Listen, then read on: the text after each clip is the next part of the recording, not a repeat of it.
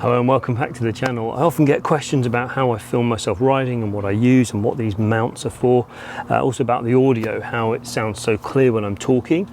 But one person actually commented, why does your audio sound so bad? I think you might have been trying to sell me a microphone or something. Anyway, I've just bought myself a new helmet, but it's not set up yet for filming. So let me take this over to the bench and I'll show you what we use and how it works. Right, as I mentioned before, I'm using the DJI Osmo Action 4, which is so good, it's like cheating compared to all the other camera equipment I ever used for making videos in a past life. And I've also got the DJI mic, and then the mount is this articulated curvy thing. I'll put a link in the description if that's helpful for you. And then that clips into this sort of standard belt buckle thingy here, which sticks on the chin of the helmet there. Now, if your helmet has a flat front here, you're probably better off with a really simple sticky pad like this. Okay, if you can use that, it's going to be way simpler because you just stick it on there. You might need a one with a slightly longer arm, but that's way simpler. Unfortunately, I've got this mount and the button there, so I need the other type. Let's make sure the plastic's absolutely clean to give the glue. We really want the glue to have the best chance of sticking, because if you're going down the motorway and your camera is held on by this sticky pad and it fails, you're not going to retrieve it. So we want to give it the best possible chance. So a bit of isopropyl alcohol to make sure it's absolutely clean. I'm going to arrange it so the camera can be pointed straight forwards, but ideally you want the lens to be on the center line of the helmet, not the body of the camera. Right, let's figure out exactly where it's going to go.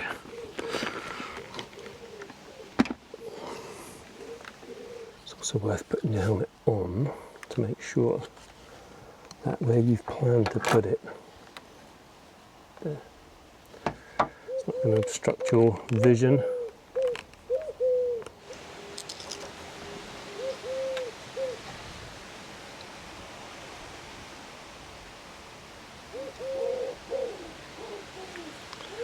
Give that a good squeeze all over. Okay, I'll take the weight off. And once it's on there, just going to give it a really good push. Take the bracket off and give it a good press and hold for a few seconds. That is great. Look at that. Tighten up these screws.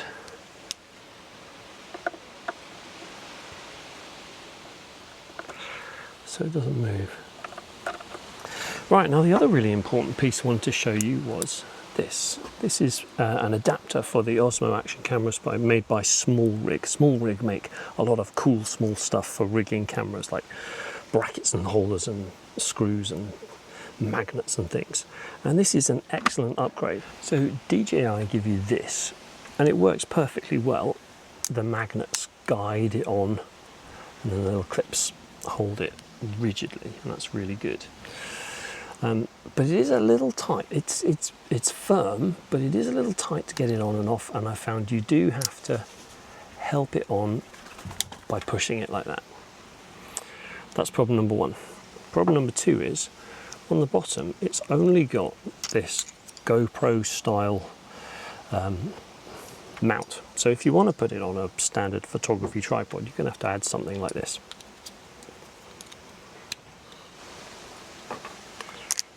And then all in all, it's just a bit wobbly. There are several places where you could adjust it,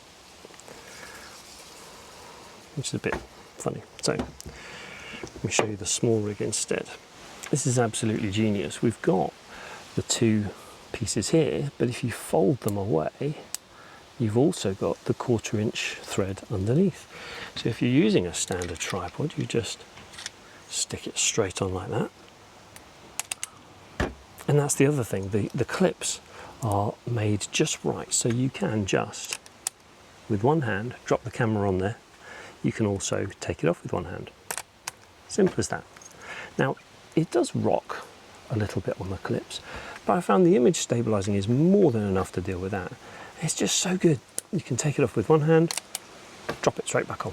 I've now got 3 of these. I'm using one for your camera there, one for the chin mount and one for the handlebars, so that you can have this in your bag.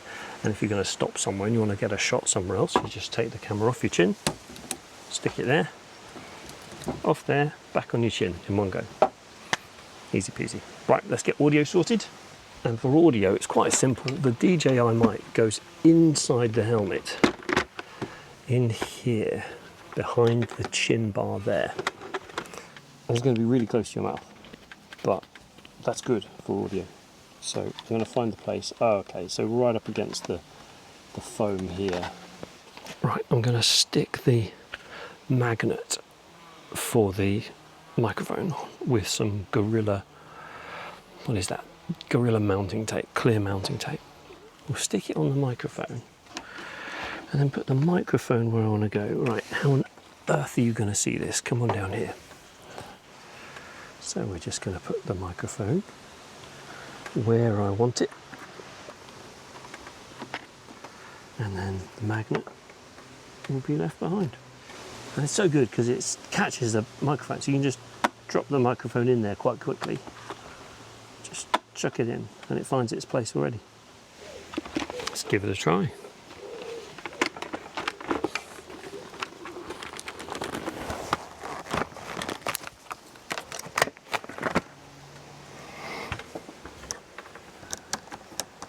Oh, that's pointing way down. There we go.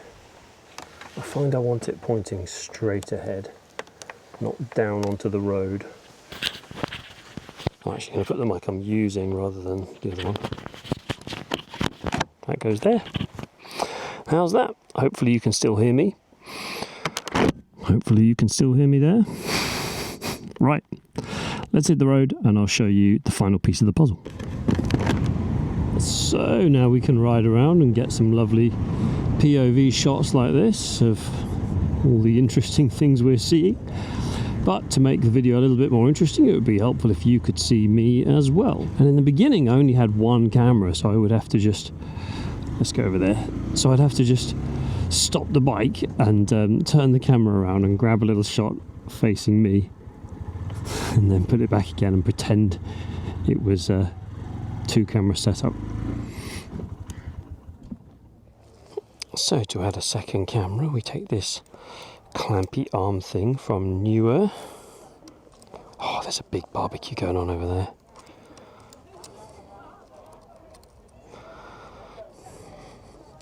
That just bolts on somewhere there. I like this one a bit. It clamps on firm, and then it's got this one screw which does 2. They're not ball joints though, because it can't go anywhere. It can only go in one direction, so you have to kind of find a way that lets you put the camera straight. Another one of these. Lovely. I am over here with the logo facing the front. Wide angle. And then there we go. And then we can switch back and forth between the cameras at will. And that's lovely. Okay. Time for some tips then for how to get good audio from your bike setup. The first one we have already done. The microphone has to be close to your mouth because you are competing with loud road noise. So the closer it is to your mouth, the louder your voice compared to the outside world, which means your voice has a chance of winning. 2 cameras though does mean twice as many memory cards, twice as many batteries, so I wouldn't use it all the time. It's only for bits where you want to talk to the camera like this. Oh. And the second tip is this. Don't try and do important talking when you're going at high speeds. Right now we're going at 40 miles an hour, which is okay. But at higher speeds like this, I'm having to raise my voice a bit to make sure you can try and hear me. And you can say a little bit of wow or oh cool, but it's not good for a lot of interesting talking. So just save the interesting bits until you're going around town or at a junction or slowed down somewhere. Afternoon. Beautiful. The other thing to say is that not all helmets are the same. Now, I haven't actually recorded anything with this helmet on before, but I can't imagine it sounds worse than the previous helmet because it's actually a lot quieter for me. The old helmet was a bit breezy and a bit noisy. And helmets can be a bit different. If you've got one of these flip-up helmets, it's got extra hinges and bits, and every bit on the outside makes a little bit of turbulence and a bit of wind noise. The quietest helmet and the best one to record in would be just completely smooth with no vents and extra stuff like that, but it's just not that practical. See how much nicer it is to hear what I'm saying now that we're not going at 50 miles an hour. It also sounds very different with the visor up from with the visor down. I think I prefer the sound like this. It's not quite so bassy and I think it sounds clearer. But you've got to put the visor down for riding, and then I sound all boomy like this.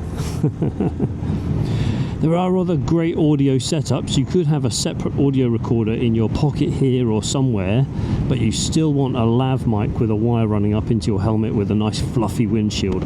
The fluffy windshield is essential because it really cuts out the wind noise. I mean, if I showed you the audio from this camera here,